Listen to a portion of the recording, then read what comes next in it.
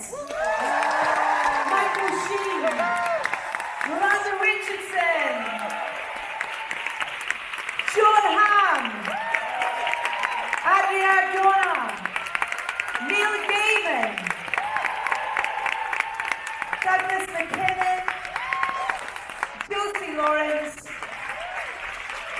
and Wilkins.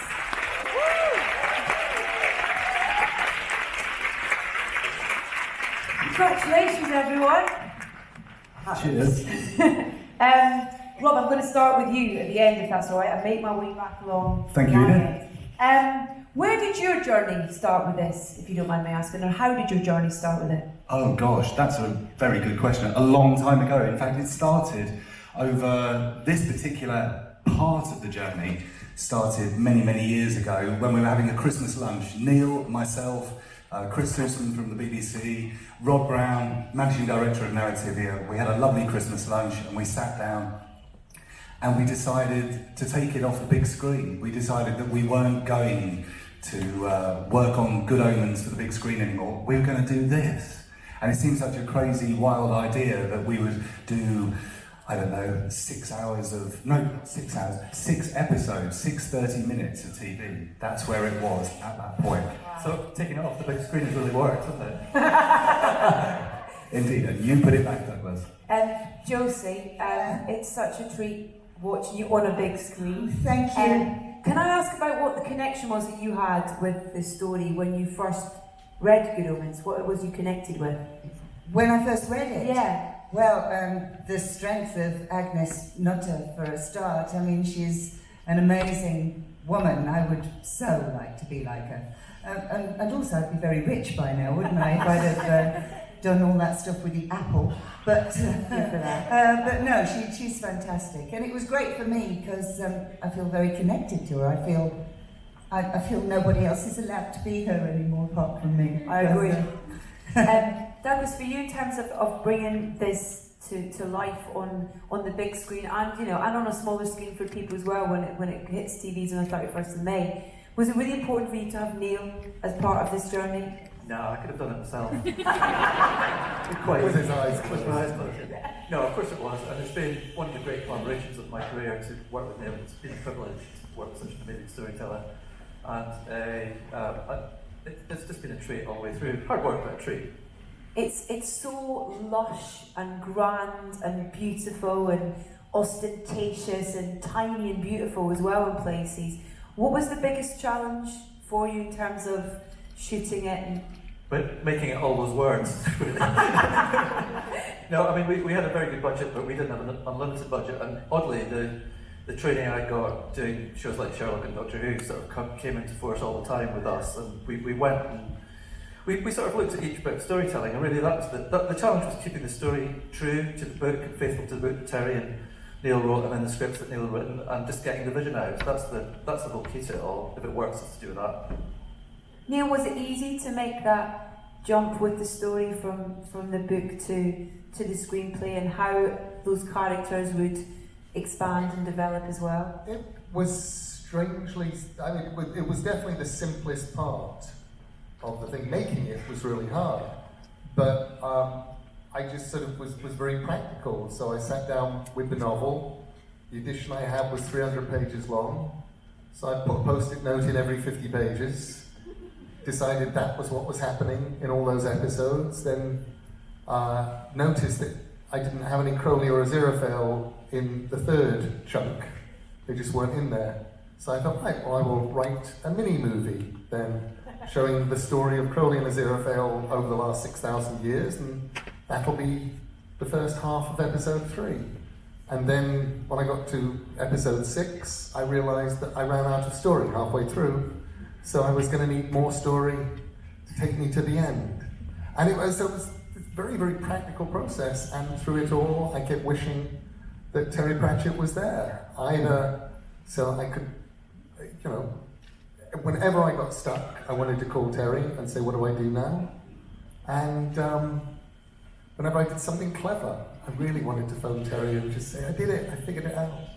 You fulfilled your promise to him. You've done it, you've made it for him. What do you think he would say about it? I think he'd love it. I actually do think he'd love it. But I also think, being Terry, he would have, if he was still alive, he would have little things that he'd want to do, or suggestions, or line edits, or whatever, by the end of which it will be 17% funnier. Adria, can I ask you about your character in terms of, because she's a real pivotal character throughout the whole kind of narrative of this story, and I wanted to get your thoughts on what you see as her role being as part of this story. I think she kind of grounds it in a way. I remember Neil kind of talking about that. She kind of grounds it. You have all these really interesting and almost like statement characters, and Anathema's a little bit of everything, but essentially she's like a whole, like Aziraphale says, she's a whole lot of love, and she kind of grounds it. It makes it a little bit more realistic in my perspective, I think. Jon, you were very happy when you heard that your character was going to be developed in a bigger way than he's represented in the books. What were your hopes for how that would be? Mostly just more lines, because I don't have any in the novel. So more is better, I tend to think. I was very pleased that Neil himself would be doing the adaptation, because it made sense to me that this person who is a figure in the narrative, in the mythology, was probably considered to be in a version of the original story, and then for whatever reason got cut for time, so to speak, which used to be my lot in life. Is that we're going to cut you out of the movie. You're just too good. But it was pleasant, and it was actually a really an honor in many ways to be asked to be this sort of new addition to the story that obviously has been such a favorite worldwide, and to be able to kind of have one of the co-creators be able to guide the process. So it was tremendously exciting, and I think it really worked. In the sizzle there, we had a little snippet of a wonderful scene with Madame Tracy that's coming up. I think it's episode 4 with the seance scene, which is, oh my god, it's so good. I can't wait for you guys to see it. In terms of bringing, your thoughts to a scene and how you see that character play that scene, was it a real collaborative process? Because that just looked like so much fun to explore, really. Yeah, it was fun, and you've just got a day. So you better get on with it, kind of thing. But the thing is not to panic, and I just felt very relaxed because we're in incredibly. Hello? Hold on a second. Somebody's coming through. It's Terry.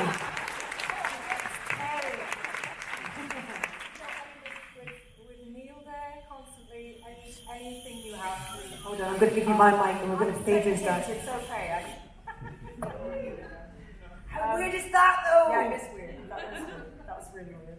Anyway, yes, feeling in safe hands with Neil there, who is so generous-spirited and fulsome in his responses to any questions you might have, likewise done. I mean, just the atmosphere on set was just so lovely and relaxed that you couldn't but enjoy it. Yes, it was hard work, but it was also enormous fun. And just to get in that little arena and play with the very capable people who were in the scene with me was terrific. So, great. And Michael, I know that you spoke to Neil about this and have known about this for a long time, been a fan of the book for a long time. But there's a really nice story about how you thought that he had you in mind for the other character, but you were like, this is not me, this is not the character that I see myself being out of these two. Is that right? Yeah, I think there was a sort of assumption as we talked about it, and as Neil was sending me the sort of early versions of the scripts, that I thought Neil wanted me to play Crowley.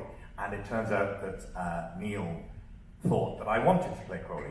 And so we went on this sort of strange dance for quite a while where I'd be saying, oh, they're very good scripts, yes, very good. And we would be talking about the project. And I couldn't quite get up the guts to say, I don't want to play Crowley. I don't think I'd be good enough to play Crowley. And Neil was sort of thinking he wanted to say to me, I don't want you to play Crowley, I want you to play Aziraphale. And then there was an awkward dinner where finally Neil kind of said, look, Michael, what about Aziraphale? And I was like, oh, thank God, yes. Oh, yes, please. And, you know, I just, as I was reading the scripts, that was the character that I just sort of resonated for me. And then he said, I want David Tennant to play Crowley. And I thought, well, that is perfect. And it all sort of clicked into place. Neil, did you have specific actors in mind when you were sitting writing that screen version? Mostly no, but I very rapidly decided that I wanted Michael as my Aziraphale. Michael had been sort of a friend of the project since basically literally the beginning. When Terry Gilliam told me, he was actually the first person to say, you have to do this for TV. The world of television has changed, and this is now Good Omens as television. Michael was at that lunch, and we were both going, that's very clever. You are very wise, Terry Gilliam.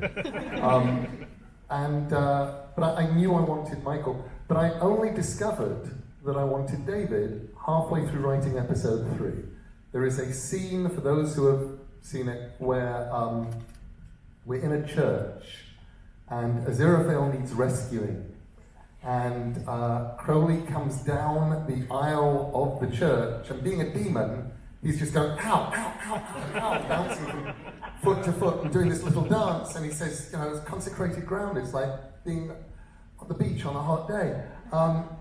And while I was writing that, I thought, I need somebody who can actually pull off everything and deliver this and do the physical comedy while never losing the drama.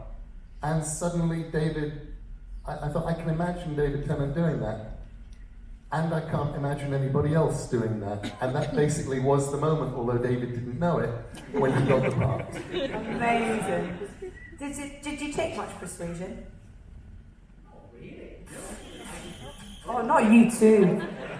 How's that? That's better. No, because I didn't know this was ticking away, of course. I didn't know Neil. I knew Michael a little, and I knew Douglas, but I didn't know they were all working on this wonderful thing. And this email just arrived with this extraordinary script with Neil Gaiman's name on the front. Michael was attached. Douglas was directing. I thought I got somebody else's email. It all felt too good to be true. So I didn't take a lot of persuading. No, not really. I mean, it wouldn't, would it? But it feels though as well in terms of, you know, these characters are written on the page, but to bring them to life and to really kind of, you know, give them emotion and blood and responses to each other and to other relationships as well. That's down to you. That's down to how the actors fill those boots and fill those characters. And was that a real collaborative process between, you know, yourself and Douglas and Neil about how you would bring both these two characters specifically to life? Absolutely, and the way that Douglas works and the way that Neil works, you never felt like anything was off limits. You were encouraged to bring stuff, safe in the knowledge that Neil and Douglas absolutely knew when to stop and where to begin and what worked and what didn't. But you had this enormous safety net to just have fun with. But actually, you go back to the source material, and these characters, they hang off the page from the book and the script. They felt so alive already that really for us it was just, let's not break it. No. I just hope now that Neil's going to write you to something else, because I'm sure you agree that the chemistry between the two of you and these characters is just absolutely extraordinary. Thank you so much for your time. You can catch the rest of the episodes, by the way, on Friday, 31st of May on Amazon Prime, so I'd encourage you to do so because they're very, very good. Thank you so much. Congratulations to you all. Please, a round of applause for our wonderful cast.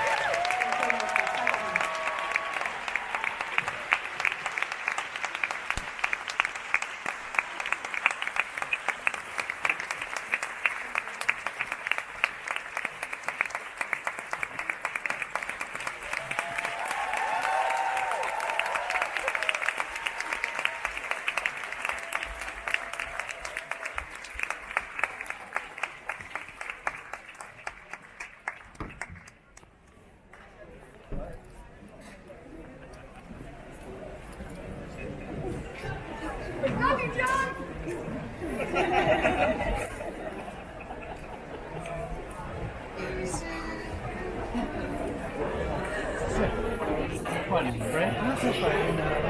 wonder what time